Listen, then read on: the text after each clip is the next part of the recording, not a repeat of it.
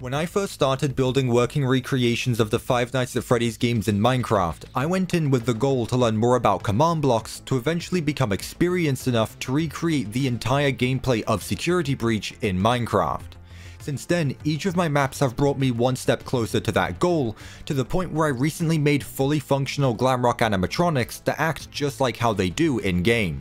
So as I continue to make more working gameplay from Security Breach, in this video I'd like to take a look at another core gameplay mechanic and recreate the m.x.e.s system all in vanilla Minecraft. This is going to work a lot differently than the main animatronics did, as unlike the Glamrocks, m.x.e.s is a constant threat that can appear anywhere in the augmented world at any time.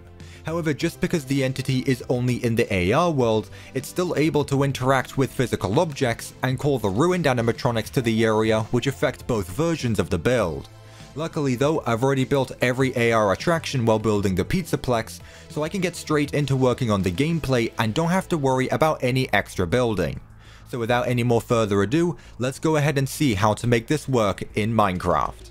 Getting started, the first thing I want to do quickly is take a look at the VANNY Mask itself, as up until this point I've been having to open up my inventory to put it on, that way I get taken down to the AR version of the build. Now the way this works is when I put on the player head, it's going to teleport me down to a second version of the build, and then when I take it off, it teleports me back up to the normal one again. So what I want to do to start out with is to make a proper system that will teleport me between the two builds without me having to open up my inventory to do so every time. And my idea to get this to work is to hold the VANNY Mask in my hand and then crouch, which is then going to teleport me down to the AR version of the build and vice versa. So the first thing I need to do is set up a detection system that checks to see that I'm actually holding the player head when I'm crouching. So in this first command block here, I'm going to start by typing execute if entity at P, that way this command block is looking for when the player performs a certain action. So for this example, I'm going to be using NBT data since I'm looking for something in the player's inventory. So I'm going to look for the player's selected item, so this is going to be the item in the player's hand, and next I want to type in the actual item that the player is holding. So ID, then let's go ahead and type in Minecraft player head, since that's the name of the item. So if I go ahead and close this off with some brackets and then set the command block to always active, you're now going to notice that when I hold the player head, this command block is now going to send an output. However, I only wanted to do this if I'm holding a specific player head. As say I find another one around the map, I don't want this command block to be able to send an output and do the same thing that the VANNY Mask does. So what I'm going to do is add on to this command and make it look for a certain player head with a specific name attached to it. So to do that, I'm going to type in tag, then we're going to look for something with a certain display, and then we're going to look for something with a certain name. So name, and let's go ahead and type in the name of the item that we're going to be holding. So text, and the name of the item is Security Mask. So if I go ahead and close off this command, you're now going to notice that when I go ahead and hold the item in my hand again, the command block is going to still send an output. However, if I go ahead and give myself another player head, the command block is no longer going to power since it doesn't have the name Security Mask attached to it. So with the first part of the system done, we can now move on to the second part of it, which checks to see if we're crouching or not. Now to do this, we're going to need to use a scoreboard command, so I'm going to add a new scoreboard and call it mask crouch, and now we're going to set up a custom scoreboard, as it's actually a built-in scoreboard in Minecraft which checks to see how long we've been crouching for. So Minecraft custom Minecraft sneak time, and now if I go ahead and hit enter, that scoreboard has now been created. So if I go ahead and set that to the side of the screen so we can see it better, you're now going to see that when I crouch, the scoreboard is going to keep on increasing, but when I stop crouching, that number stops and will continue every time I start crouching again. Now I want to make sure that when I stop crouching, the score is going to be set back to 0, so that way the system can reset itself. So inside of this command block here, if the score mask crouch matches a number of 1 or higher, it's then going to set the same scoreboard back to 0. So if I go ahead and activate this command block here, you can see that when I'm not crouching, the score is set to 0. However, the moment I start crouching, the score is going to stay set to 1. So now what I've gone ahead and done is combined these two command blocks together to make it so that if I'm holding the VANNY Mask and the score is set to 1, this command block is now going to send an output. So originally it just powered if I was holding the VANNY Mask, but now I need to be holding it and then crouching to be able to send an output and power the rest of the system. And the system that powers is set up in these command blocks here, where this first one is going to increase the scoreboard called AR Mask On by 1. Now this scoreboard is what determines if I'm currently in the normal world or the AR one. So if I crouch with the item in my hand, the score is going to be set to 2 and this command block is going to send an output. However, if I crouch with it in my hand again, the score is going to be set to 1 and this command block is going to send an output. Now the reason it went back to 1 instead of going up to 3 is because this command block here is checking to see if the score matches a number of 3 or more and is going to set the score back to 1 again, that way it cycles between the numbers 1 and 2. Now what these two command blocks are going to power are the teleport commands themselves to take us between the two different versions of the build. So right now I'm in the normal world, so this command block here is going to power, which is what teleports us exactly 85 blocks above our current Y coordinate. Now if the score is set to 2, this second command block is going to power, which is going to teleport us 85 blocks beneath our current Y coordinate. And this is because it is teleporting the player in the exact position that they're currently standing, but making it so that I appear in the same position in the AR version of the build. So if I go ahead and crouch, you can see I get taken down to the exact same place I was currently standing but in the AR build, and if I crouch a second time, I'm in the exact same place but back in the normal world again. Now to help make the transition between the two builds be a bit more exciting than just teleporting up and down, I've gone ahead and added some final details to finish the system with. First of all, you're going to notice this invisible armor stand here with a custom player head on it, and this is going to teleport to the exact same coordinates as the player every time they take the mask on and off. And that's because the inside of this player head looks just like the inside of the VANNY Mask, so it's actually going to look like I'm putting the mask on and off every time I go between the two different builds. Now once I'm in the AR build, this command block here is going to replace the item slot on my head with the VANNY Mask from inside of this chest, that way I'm actually wearing the mask when inside the AR world. Now the moment I go back up to the normal one, this command block here is going to activate, which is then going to remove the mask, that way I'm no longer wearing it when I'm inside the normal world. So to go ahead and test this out all together, if I go ahead and crouch, you can see that the armor stand gets teleported to my exact coordinates quickly, and then we get taken down to the AR build again. Now if I go ahead and do the exact same thing again, I once again get the quick animation of the mask being taken off, and now I'm back in the normal world. Now to see the VANNY Mask actually put on, you can see that I'm currently wearing the VANNY Mask again. However, the moment I go back up to the normal world, the mask gets removed and I'm back in the normal world. And that wraps up everything I wanted to do with the mask for the time being, which was really just to make a more convenient way of putting it on and taking it off. Now of course there are a few more features that need to be added, like some restrictions of where I can go and if I can even put on the mask itself.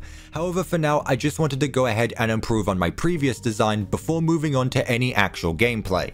But speaking of which, now that the mask itself is done, let's finally go ahead and move on to building the m.x.e.s system itself. Now the reason why I've been in Monty Golf this whole time is because this is where we encounter m.x.e.s for the first time, so I thought it'd be fitting to recreate the gameplay from this chapter for this video.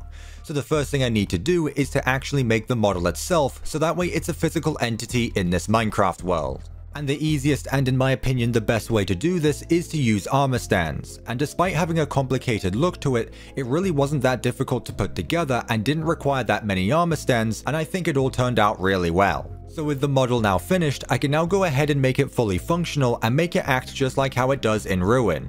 So the first thing I need to do is to make it chase the player, and to do that I'm going to be using a zombie. So what I can do is put all of the armor stands of the model on top of the zombie and then make the zombie invisible, so that way it looks like m.x.e.s is chasing me instead of just a normal zombie. And here you can see what that looks like now that all of the armor stands have been added to the zombie. Now I can go ahead and make the zombie itself invisible, that way we only see the armor stands, and now you can see that it looks like we just have a m.x.e.s model here in Minecraft. And if I go ahead and turn my game mode to survival, the zombie is still going to act like a zombie and try to chase me, so that's exactly how we want m.x.e.s to work, where it's constantly going to be after the player. Now something I want to mention is the fact that last time I made an animatronic model like this, I had to surround it with different armor stands, so that way the different parts of the model could face in certain directions. However, you'll notice that with this model there are no more armor stands surrounding it, and that's because I did this in a different way that works a lot more effectively. So if I go ahead and take a look in all of the command blocks here that teleport the armor stands around the zombie itself, you're going to notice that instead of having a facing entity command, it's just going to have two tildes that make it face in the same direction as the zombie does. And the same thing goes for every other limb, including the ones that aren't facing in the same direction as the zombie. So you can see for the right arm, instead of it facing a separate armor stand to face the arm towards a certain direction, this command is automatically going to make the armor stand face in this position around the zombie. So instead of having a separate armor stand surrounding the model, the arm is now automatically going to be facing in this direction no matter which way the zombie is looking. Now instead of moving on to any animations, I next want to go ahead and take a look at how m.x.e.s is going to spawn if I leave the mask on for too long. So you can see I've already placed down quite a few armor stands with the name spawn point above them, and each one is going to be a different position where m.x.e.s is able to appear at. Now the way I'm going to be doing that is by using this command here, which is running an execute command positioned at the player, and is going to teleport the m.x.e.s entity to one of the armor stands with the name spawn point if they're within a distance of 5 to 15 blocks away from the player. So if I go ahead and activate this command, you can see that m.x.e.s is then going to teleport to one of the armor stands within that certain range. Now the reason why I'm using armor stands in the first place is so that way I can limit where m.x.e.s is able to spawn, that way they're not able to appear somewhere where the player isn't able to go. So to make this an automatic system, the first thing I need to do is to set up a proper timer that's going to determine how long it takes for m.x.e.s to spawn. Now in Ruin, from the time we put the mask on to the time m.x.e.s appears is exactly 20 seconds. So in this command block here, I've gone ahead and recreated that exact same timer by using a scoreboard timer, which is going to look for when this scoreboard matches 400 or less, and if it does, it's going to remove one from that scoreboard, essentially making an infinite countdown. However, since I only want this countdown to start if I'm in the AR world, this command block here is going to check to see when the mask has been put on, and if it has been, the scoreboard timer is then going to start. Then once the countdown ends, this command block is then going to send an output and power this command block, which is what actually teleports m.x.e.s to one of the random armor stands. Now at the same time, the second command block is going to activate, which is then going to keep the scoreboard timer set to 0, that way when we take the mask off, we're then able to set up a way for the scoreboard to replenish itself and make a way for m.x.e.s to despawn once the mask has been taken off for a set amount of time. So what these next 3 command blocks are going to do is the opposite thing than what the countdown does, where once the mask has been taken off and the score is set to 1, this command block is going to increase the scoreboard until it matches 401. Now once it does that, this command block is then going to set the score to 500, that way it's a bigger number than 400 and the countdown is no longer going to be able to power.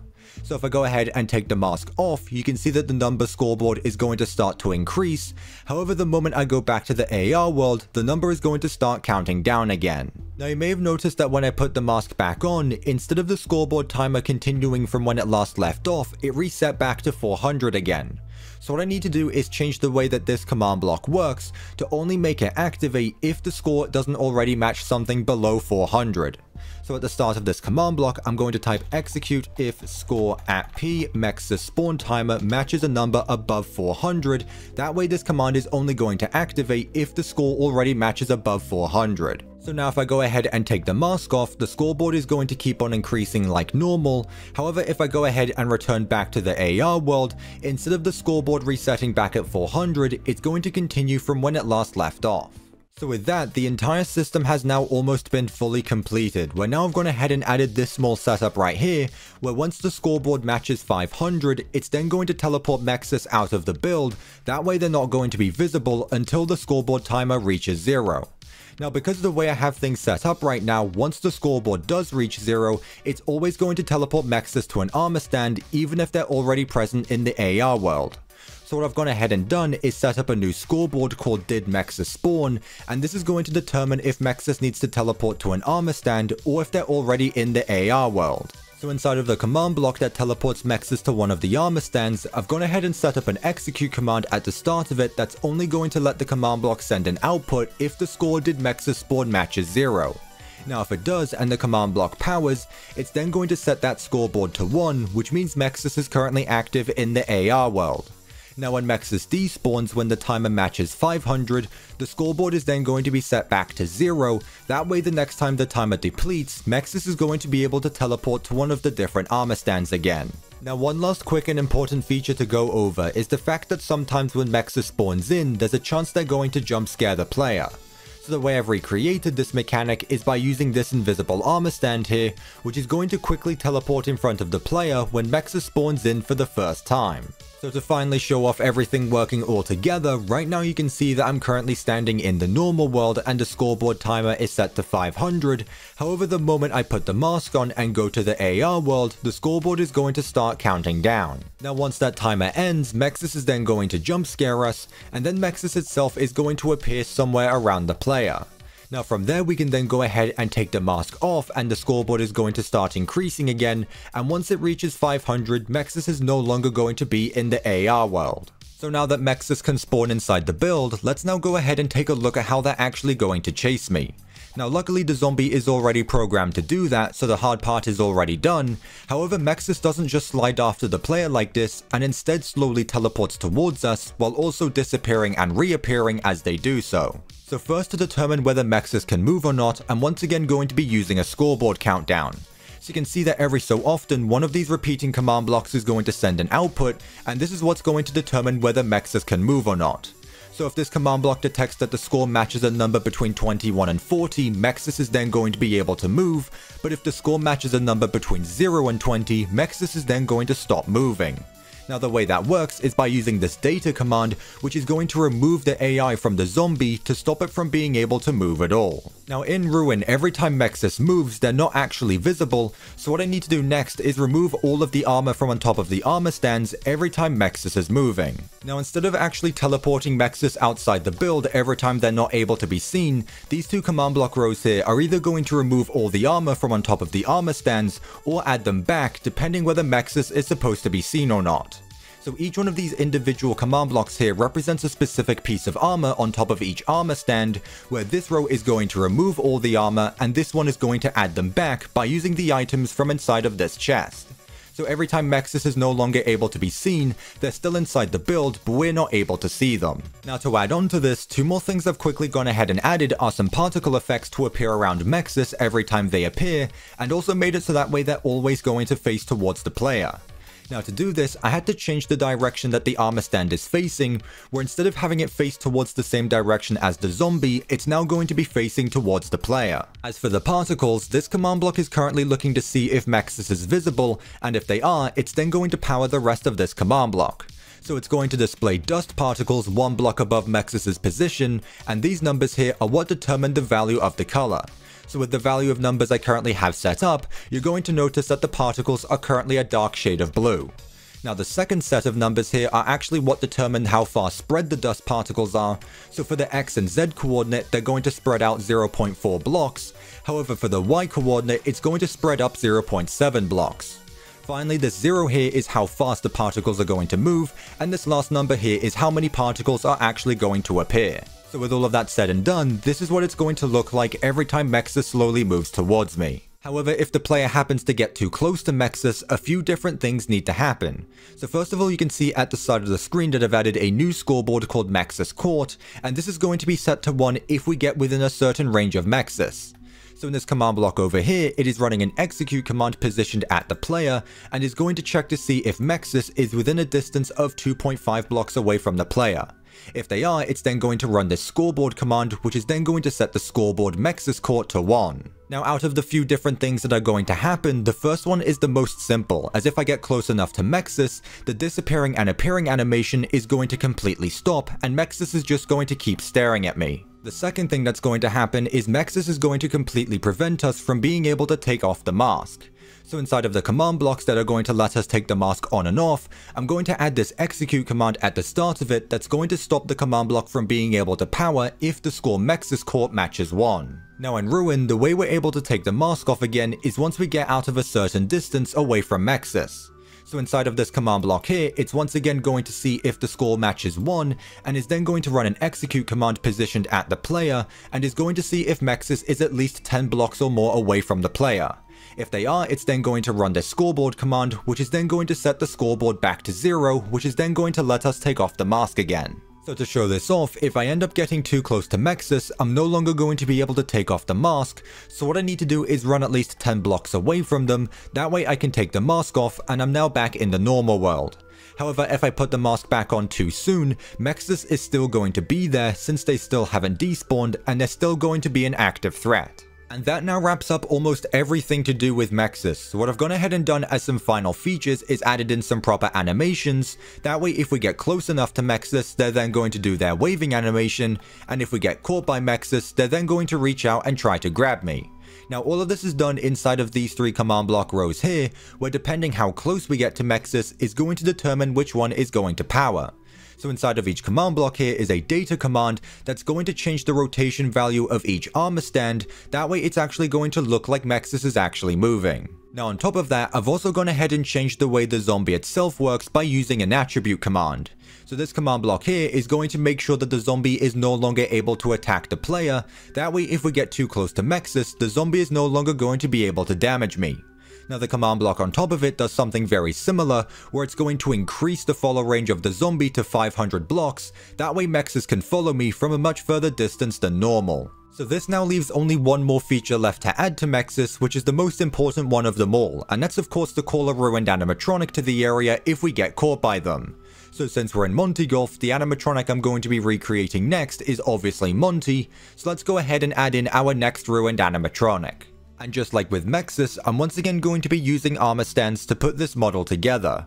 However, unlike every other animatronic I've ever made, Ruined Monty isn't going to be standing up straight since they don't have any legs, meaning they're going to have to be crawling along the floor. However, that doesn't really make much of a difference, as now that the model has been applied to the zombie and a proper animation has been set up, it actually looks like Monty is crawling along the floor.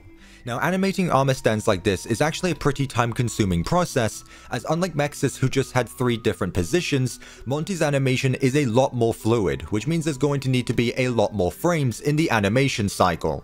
Now this works in a very similar way to how stop motion does, where a single command block in each chain is changing the rotation values of a single armor stand, and each chain of command blocks is moving multiple armor stands at the same time. Then the next chain of command blocks is moving the same armor stand 1 frame forward, and that cycle continues over and over.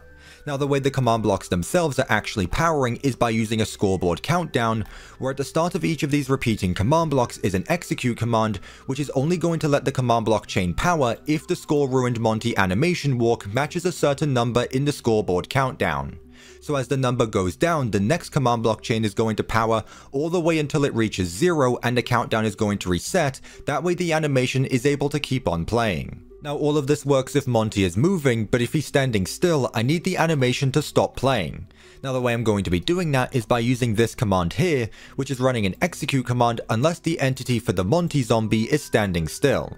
So this NBT data right here is looking to see if the zombie is not moving in any direction, so this command can be put at the start of each of the repeating command blocks to make it so that the animation is only going to play if Monty is no longer moving. So as you can see, when Monty is moving, the animation is going to keep on playing, but the moment he stops moving, the animation is going to stop with it.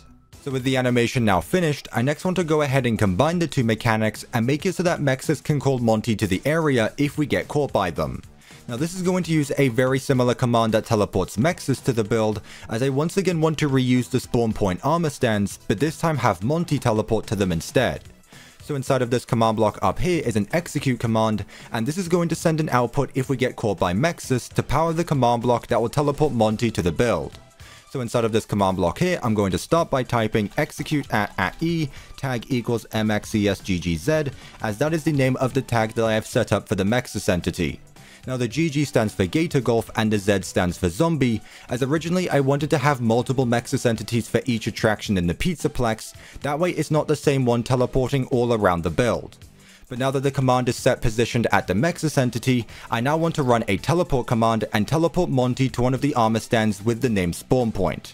So TP at E tag equals R Monty GGZ, and we're going to teleport it to one of those armor stands with the name spawn point. So name spawn point, and then we're going to set it to a limit of 1, we're going to sort it to random, and we're going to make it spawn within a set range of m.x.e.s. So we're going to put distance within 10 to 15 blocks, that way if we're right next to m.x.e.s and we get caught by them, Monty isn't going to spawn directly on top of them, and we're not going to instantly get jump scared by Monty. So now if I go ahead and walk up to m.x.e.s again, that command block is now going to activate, and it's then going to teleport Monty to one of the armor stands within a 10 to 15 block radius. However, Monty doesn't just only appear in the AR build, but also the normal one as well. So this version of Monty that I've been working with is going to be in the normal build, and if I go ahead and put my mask on, you can see the AR version of Monty that's going to be in this version of the build as well.